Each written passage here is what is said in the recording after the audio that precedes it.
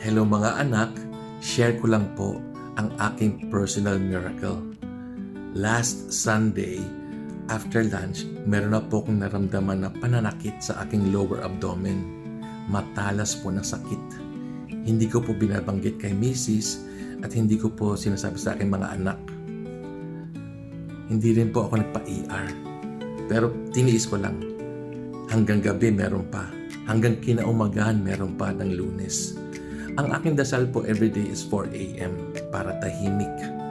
So sa dasal ko nung Lunes, sabi ko, Lord, I pray, Lord, na hindi po sana lingering pain or lingering suffering, Father. Kung pwede po sana immediate passing. Kung gusto niyo po akong iuwi sa inyong tahanan. Yun po ang aking apila. At hinihiling ko rin po healing kung maaari. So the pain continued Monday. Dumiretso po ng Tuesday, pero somehow nakakadrive pa rin po ako para ihatid sa eskwelahan yung mga anak. Wednesday, ganun pa rin.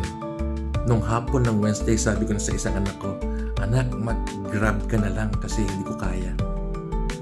Dumating ang Thursday, nag-lower ang level ng pain sa aking lower abdomen.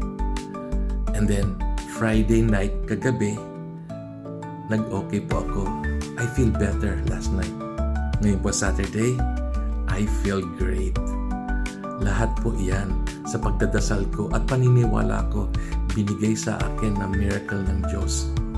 Sabi po sa akin paboritong libro, For I am the Lord who heals you. Kung meron po tayong karamdaman, dasal po natin ang healing niya. He is the ultimate healer.